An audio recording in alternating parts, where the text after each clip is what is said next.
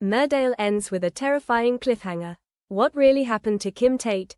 Tonight's episode delivered one of the most chilling endings in recent memory. Kim Tate, the woman who can usually outmaneuver anyone with nothing but sharp instinct and iron will, winds up alone in the dark, bleeding, trembling, and desperately reaching for her phone. What makes this cliffhanger so unsettling is the quiet way it built itself. Not through an explosive showdown, but through a web of lies, cover-ups, and misplaced trust that slowly tightened until it finally snapped. The day began with Kim in her element, commanding every detail of her plan to surprise Lydia on her birthday. In true Kim Tate fashion, she wanted perfection. And these are the moments that remind us why her presence is so intoxicating. She loves orchestrating grand gestures for the few people she considers family. Tracking down Jason Donovan as a treat for Lydia was not just a generous act. It was Kim's subtle way of declaring, "You matter to me." The tragedy, of course, is that while Kim was building a moment of joy for Lydia, Lydia herself was hiding chaos behind Kim's back. She had helped Sam organize a private shooting session on Home Farm, believing she could control everything. But the arrival of a pack of entitled hunters dabbling in illegal hair coursing immediately sent things spiraling out of her hands. Lydia managed to redirect them into pheasant shooting, but nothing about it felt safe. Not to her, not to the viewers, not for 1 second. That is why she raced home, panicking, determined to prepare lunch before Kim noticed anything was wrong. But Kim always notices. Lydia's flimsy excuses about cleaning only sharpened Kim's suspicion. Missed calls and ignored messages only amplified the tension, humming louder than any festive music around them. When they finally reunited at the cafe, Kim's excitement over the surprise she planned was almost painful to watch. Her heartfelt words calling Lydia her best friend carried the weight of someone who lets very few people into her inner circle. And that is exactly why the next moment hits so devastatingly hard. Vanessa's report of suspicious hunters roaming Kim's land activated something primal in Kim: protectiveness, fury, authority. Without a second thought, she abandoned the celebrations and headed straight toward Home Farm. Alone, no backup, no hesitation. Kim doesn't trust easily, and she certainly does not delegate danger. But tonight, that choice may have cost her. Back at the Woolpack, while Jason Donovan serenaded the crowd and Lydia's guilt began to gnaw at her, Belle sensed something was wrong. The moment Kim's phone went straight to voicemail, the episode's tone shifted from chaotic festivity to icy dread, and then the haunting image appeared: Kim Tate collapsed on the forest floor. Blood smeared across her clothes. Her breathing shallow. Her shaking hand inching toward her phone as the branches above seemed to swallow what little light remained. It was stark. It was shocking. It was unforgettable. Who attacked her? Was it one of the hunters Sam brought in?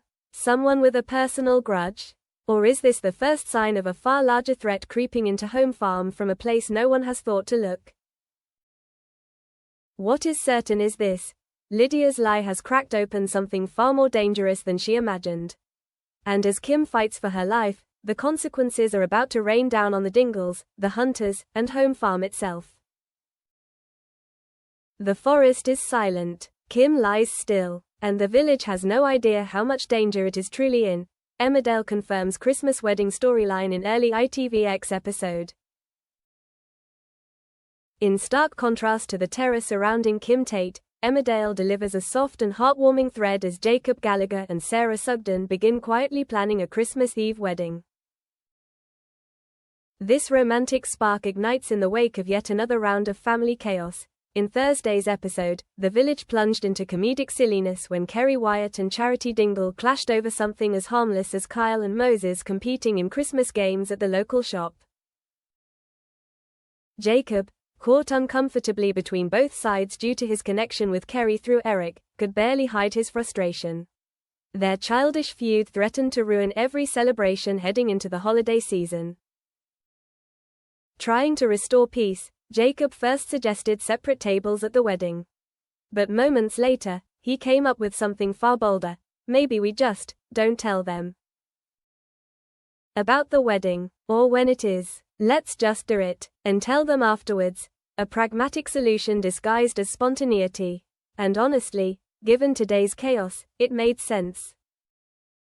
But Sarah took the idea and transformed it into something magical. Why don't we get married on Christmas Eve? She had always dreamed of a winter wedding, and doing it on Christmas Eve would turn it into something unforgettable. Immediately, the pair began plotting, pulling Belle in as a last-minute wedding planner. With Christmas racing closer every hour, the countdown officially began. And one question loomed: will any of their families even make the guest list? Meanwhile, Charity faces her own storm. She is still hiding the truth about her pregnancy, terrified that Jacob and Sarah will discover the baby is not theirs.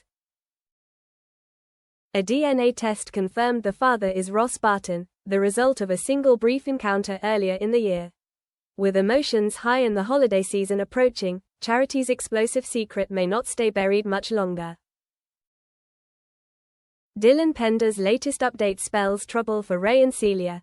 While Kim Tate clings to life and Jacob and Sarah plan their secret wedding, another storyline tightens with terrifying precision. Ray Walters and Celia Daniels, who believe they have April Windsor completely under their control, suddenly find themselves facing a development that could shatter everything. What makes this arc particularly gripping is the delicate balance of hope and dread within Marlon and Rona, a balance that feels ready to break at any second. After a harrowing week in the hospital, Dylan Penders finally shows signs of improvement. It is a moment viewers have been quietly hoping for. Dylan was deliberately run down by Ray after urging April to go to the police, a calculated attack meant to terrorize her family into silence. Tonight, everything changes when Paddy brings news that feels almost miraculous. Dylan has turned a corner. Doctors now believe he may wake up in the next few days. Paddy's relief is raw and contagious. This boy has endured far too much for simply trying to do the right thing. But back in the village, the news sparks another conversation entirely. For Marlon and Rona, Dylan's recovery is not just hopeful. It is strategic. They are still trapped beneath Ray's ultimatum: keep April running drugs or keep paying. Neither option can protect their daughter forever. If Dylan wakes up and identifies his attacker, the power dynamic shifts instantly. Marlon clings to the idea with desperate conviction.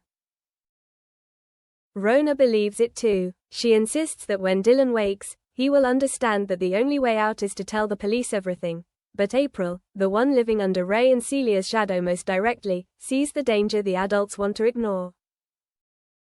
Ray and Celia have proven themselves ruthless and frighteningly organized. Would Dylan talking to the police truly stop them? Or would it provoke something even worse? What is clear is this: Dylan's recovery changes the game. Whether it gives Marlon and Rona the leverage they need or pushes Ray into another violent move, the tension tightens with every passing moment. When Dylan opens his eyes, everything will shift. For him, for April, and for the criminal pair who are rapidly running out of places to hide.